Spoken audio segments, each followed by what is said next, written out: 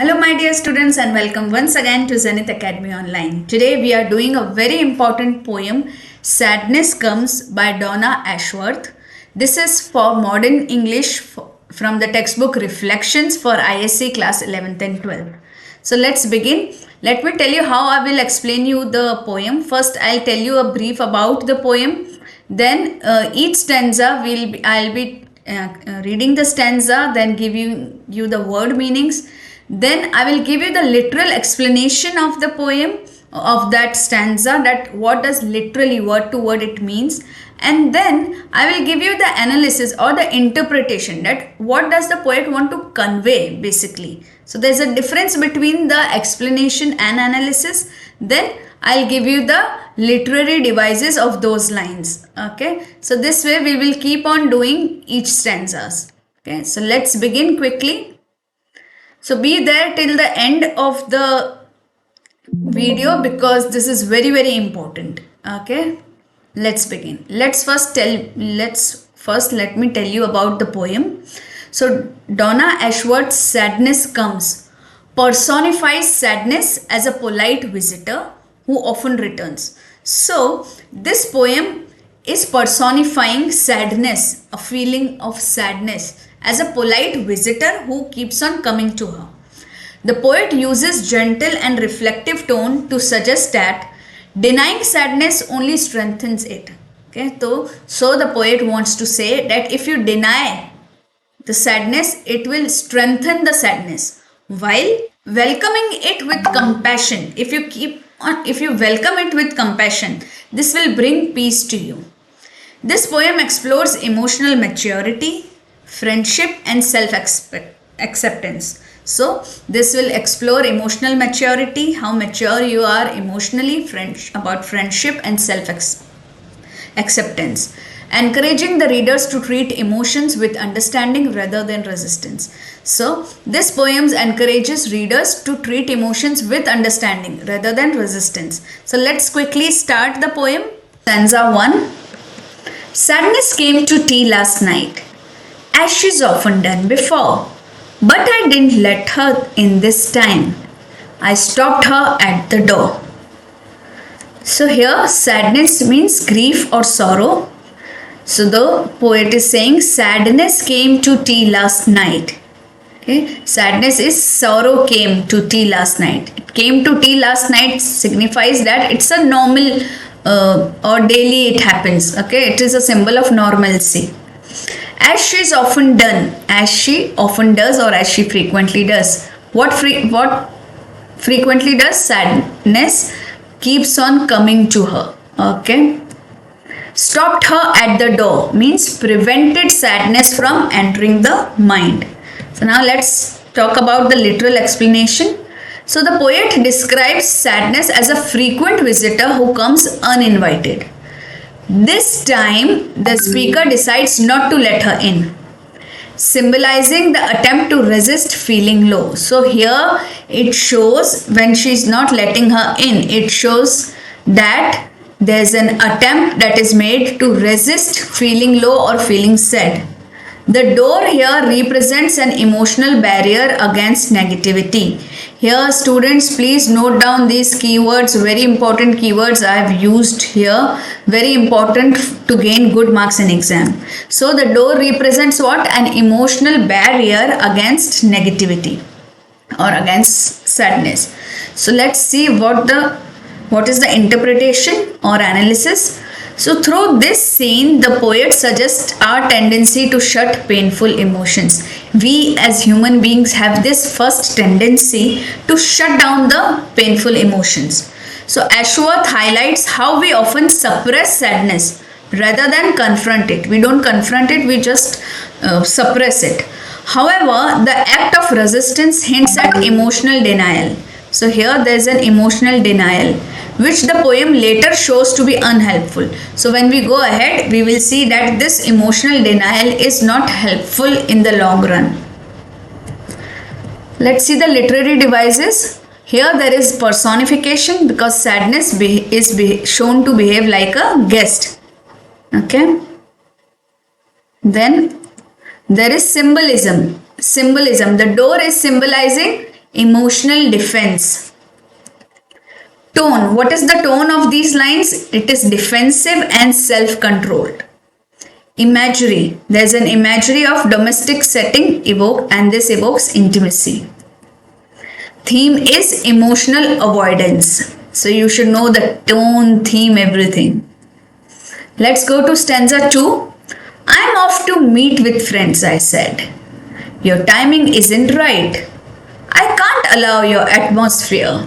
It's not the place tonight. So here it's saying timing means it's not a suitable moment, and atmosphere means the mood or the emotional presence, and not the place tonight here signifies inappropriate situation. It is not a proper situation, so it's saying not the place tonight. So the speaker tells sadness to leave, insisting it's not the right time. The poet captures the human habit of avoiding vulnerability. Whenever a human being sees that he or she is becoming vulnerable to some situation or something, then they try to avoid it. So the poet captures the human habit of avoiding vulnerability in social contexts to maintain a happy appearance. So in the social context, whenever you are among friends or among some social gathering, you have the habit of avoiding vulnerability so that you can maintain a happy appearance. You seem to be happy in front of other people, right? So let's see the interpretation. Ashworth reflects how people mask pain. They mask the pain to fit social expectations. The stanza reveals the inner conflict between emotional truth and the desire to appear strong. Denying sadness is shown as a common yet isolating response. So now this girl, in this whole poem, in the whole explanation, I'll be talking in terms of this girl. Okay. So this girl, what is she trying to do is she is trying to mask her pain in front of people to fit in the social expectations. Did you get it? That is why she's saying that this is not the right time. Okay, I am going out to meet friends. So please, sadness, don't overpower me. Don't come. Right? If you see the lines, I am off to meet with friends, I said. Your timing isn't right. I can't allow your atmosphere. It's not the place tonight. Let's see the literary devices. Tone is assertive yet fragile, yet she's scared. Contrast, there's private grief. Inside there is grief and sadness, but outside there is public happiness. She has to show to public that she's happy. So there's a contrast. Then there is alliteration, place tonight. Okay, when you say this word, place tonight. So there's alliteration. Theme is social pressure to hide sadness. And mood is defensive and uneasy. She's feeling uneasy when the sadness comes in. Let's go to stanza 3. But sadness wouldn't take the hint. Her manners lacked finesse. Her pace was slow and heavy, yet she kept up nonetheless. So here, take the hint means sadness wouldn't take the hint means wouldn't understand the subtle rejection. Finesse means grace or politeness. So when we say we have finesse, okay, it means we have grace or politeness, we have proper manners. Okay, so she's saying that sadness doesn't have manners or it lacks finesse. It lacks the grace. Nonetheless means despite obstacles. Even though I'm telling her, okay, to leave, still she kept her nonetheless. Okay, so despite obstacles, she kept up, she stayed there. So despite being dismissed, sadness refuses to leave. The poet uses vivid imagery to portray sadness as persistent and unrefined. Sadness is persistent, she's not leaving, and it is unrefined. How we can show it is unrefined? Here it is said her manners lack finesse. Okay. So there's a vivid imagery to portray sadness as persistent and unrefined. A slow, heavy pace, okay, showing emotional weight, the weight that it has on us. So whenever we are sad, students, don't we feel that we have slowed down and there's a lot of heaviness on us? Okay, so it shows the emotional weight that we are carrying with us. Even if we go out with friends and all, we feel that heaviness. So interpretation, Ashworth emphasizes that grief cannot be fully shut. It follows up quietly. Even if we are telling grief to just leave, it cannot be fully shut out. It follows us quietly. The poet conveys that emotions demand acknowledgement and resisting them only delays healing. So the persistence of sadness represents life's inevitable lows. So here, since it is persistent, the sadness is persistent, it's not going, it's lacking finish, it's not listening. Okay, so it is there always. So this persistence of sadness represents what? Life's inevitable lows. That life में जब बहुत हम low feel करते हैं कभी कभी, और वो इनएविटेबल होता है, वो नहीं जाता है. Okay, so that is life's inevitable laws, that even if we keep on saying, it doesn't go. So it is inevitable lows of our time. Let's talk about literary devices. Personification. There is personification in, because sadness is compared to human. Sadness is human-like. Imagery is there because slow and heavy pace, it evokes the burden. Tone is resigned. Theme is persistence of sorrow. Sorrow is there for a longer period of time. Symbolism is there. Sadness as unavoidable truth or unavoidable lows of our life. Let's read stanza 4. And even when I took my place amongst my laughing friends. So even when I'm sitting amongst my laughing friends, she squeezed herself right in between. Her boldness never ends. So here now she's saying that even when I sat amongst my friends and they were laughing and they were all cheerful, okay, my sadness, my sorrow squeezed herself right in between. Her boldness never ends. So here I am just giving you a picture so that you understand, but the literal meaning is not like this. So amongst is surrounded by, squeezed means forced in tightly, boldness is fearless or lack of restraint. So the poet joins her cheerful friends, but sadness follows her there too. Okay, despite efforts to escape, it sits beside her, symbolizing how sorrow coexists with joy. Even if there is joy amongst others, okay, sadness also can sit. Okay, so despite efforts to escape, it sits beside her, symbolizing how sorrow can coexist with joy. So the poet shows that true emotional life includes contradictions. Okay, so in our emotional life there are contradictions. Okay, happiness and sadness can exist together. Even when she's sitting amongst friends, she's happy, but still her sadness is also sitting beside her. So they are coexisting. The stanza promotes emotional honesty over forced cheerfulness. Okay, so we keep on taking lessons from here, that emotional honesty should be there over forced cheerfulness. That we are in a social gathering, there is a cheerfulness which is basically forced on us, but we should be emotionally honest also. We should acknowledge that there is sorrow and sadness among us. So there is contrast between laughter and sadness. Imagery is there, sadness squeezing in, it evokes intrusion, that it is there intruding in between us. Tone is acceptance emerging. Now from this stanza there is an acceptance that has started emerging. Acceptance for our emotions, acceptance that we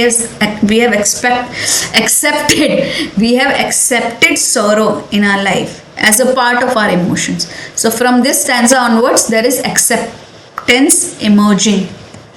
Theme is emotional coexistence. And there's also irony here, that sadness finds space even among joy. So there's an irony of life. Let's talk stanza 5. And I was sure my friends would see this spectre at the feast, and somehow think me lesser for inviting such a beast. Now, this girl is thinking that I'm sure that my friends would see at the feast, when we are having a feast, they will see this factor, this scene, that somehow, and they will think me as lesser, as someone who is low, lesser than them. Okay, for inviting such a beast, because she has invited this beast of sadness with her.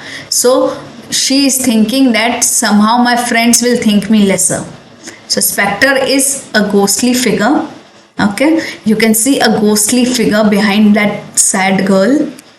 Feast is gathering or celebration. Lesser is inferior.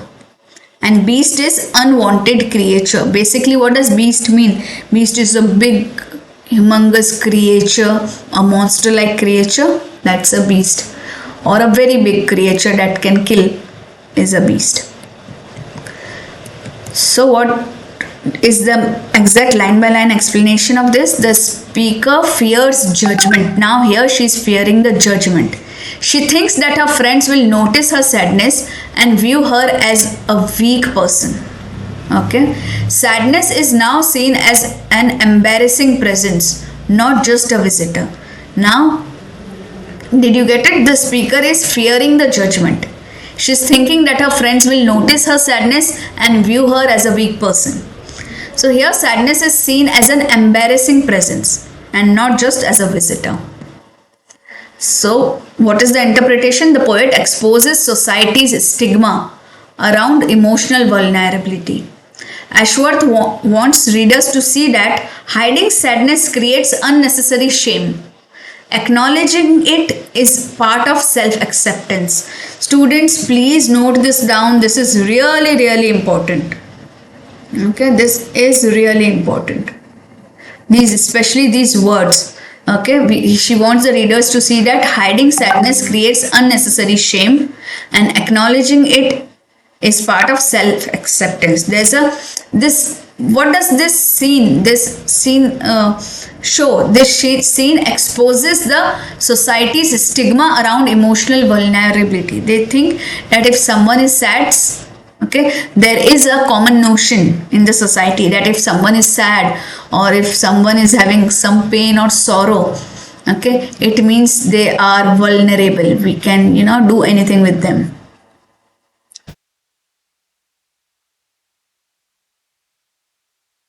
So metaphor, if we see the literary devices, there's metaphor, sadness as spectre and beast. Tone is fearful and self-conscious. Theme is judgment and vulnerability, and imagery is also there because there's a dark contrast between ghost and feast. Mood is uneasy and intention. Now let's read stanza 6. But no, their warmth was undeterred, as if nothing was new. I think perhaps they know by now. I sometimes come as two. This is so amazing. Okay, now she's saying, okay, I'm reading the stanza again. But no, their warmth was undeterred. In the previous stanza, she was thinking that my friends will think me as low, okay, as lesser, or as an inferior person. But no, here she sees that their warmth was undeterred. Their warmth did not change.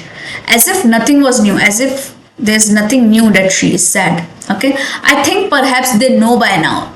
She's saying that perhaps they know by now because they've always seen me. Okay, so they know by now that I sometimes come as two, that I sometimes come as two personalities. I'm sad inside, but I'm happy outside when I meet them. So undeterred is not discouraged or not changed. Okay, come as two, come with sadness alongside. So the meaning, to her surprise, the speaker's friend do not judge her. Their warmth remains undeterred. Their warmth remains same or constant. They accept her even with sadness present around her. So the interpretation is, Ashworth celebrates compassion and true friendship. Here there is a celebration of companionship also. Okay, about the compassion between friends and the true friendship. The poet shows that love accepts all emotional states. Real connection doesn't require perfection. So if your friends are real, if the connection is real, this doesn't require perfection. They accept you in all your emotional states, whether you are sad, whether you are happy, whether you are not in a good mood. They will accept you if they are your real connection. A symbolism. Here 2 means person and sadness together. So symbolism is here. Then tone is comforting and grateful. She is feeling comfortable and she is grateful for having such friends, such true connections. Theme is empathy and belonging. Mood is reassuring warmth. Now let's read stanza 7. And even sadness seemed to glow, a lighter shade of grey. To know that she's accepted seemed to lighten up her day. Now she's talking about sadness and she's saying that even sadness seemed to glow. So when I acknowledged sadness, that okay, even if sadness occur, I can remain the person I am. Okay, so when I acknowledge sadness, then the sadness seemed to glow, a lighter shade of grey. You can see here the picture. Now she's not dark. The sadness is not dark and she's not scaring me anymore. She seemed to glow a lighter shade of grey. To know that she's accepted. Now she knows that she's accepted, and this seemed to lighten up her day. Her day means the sadness day. Okay. So even the sadness is lightened up now. So glow means shine softly. Shade of grey is tone symbolizing the sadness, and lighten up means to brighten or feel relief. So here sadness transforms when accepted. Her shade turns lighter. She no longer feels heavy or dark, symbolizing emotional relief through understanding. This is such an important stanza, and please learn these lines as it is. Okay. So the poet teaches that acceptance heals pain. Once acknowledged, if you acknowledge the sadness loses intensity.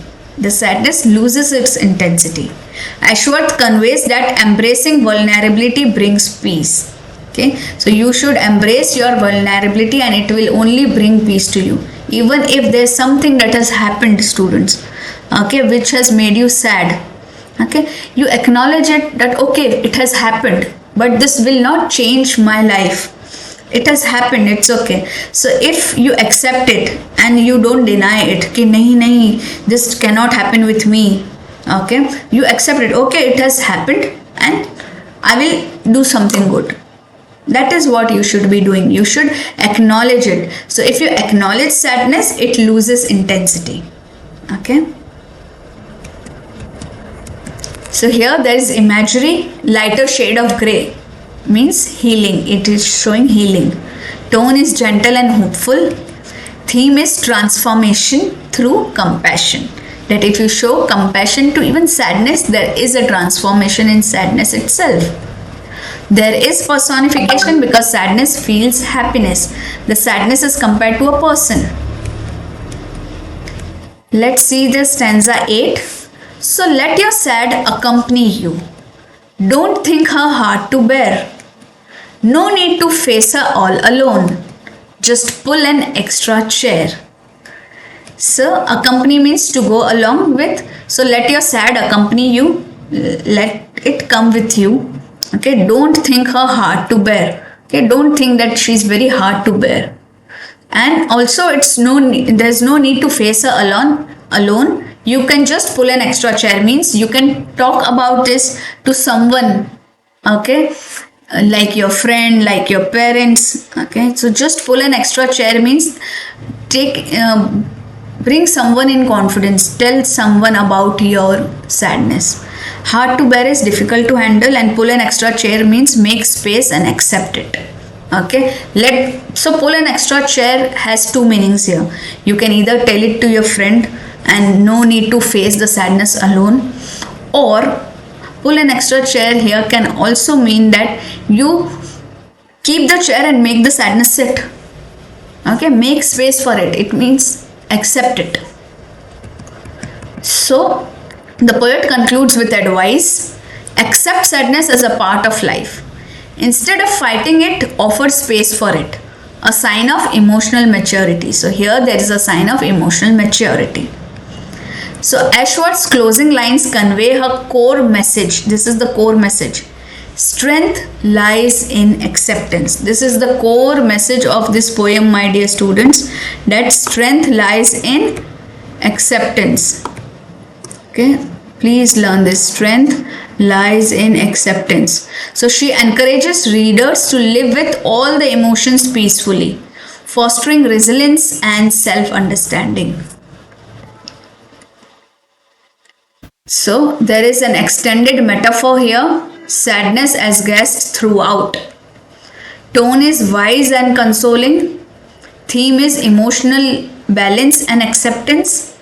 And structure is the poem ends in the calm resolution. There's a calm resolution. So that's the structure of the poem. And mood is uplifting the serenity. So let me summarize the whole poem for you. It portrays sadness as a companion rather than a curse. Donna Ashworth uses warmth and empathy to show that acknowledging emotions leads to growth. The poem's message is universal, it's for everyone. Emotional honesty heals and strengthens the relationships. So there's a lesson learned here that true strength lies not in suppressing the sadness, but in embracing it. Accepting emotions foster resilience, compassion and peace. Ashworth teaches that every feeling deserves a place at the table of our hearts. So every feeling, be it happiness, sadness, anything, it deserves a place at the table of our hearts. So I hope you liked the poem, you have understood everything, you have made notes, and if you really liked it, please write it in comment section, give it a thumbs up and do subscribe and share it with your friends. I'll also be coming up with important questions and answers of these poems from Modern English. Okay, so be there, be connected and keep the learning always on. Bye bye.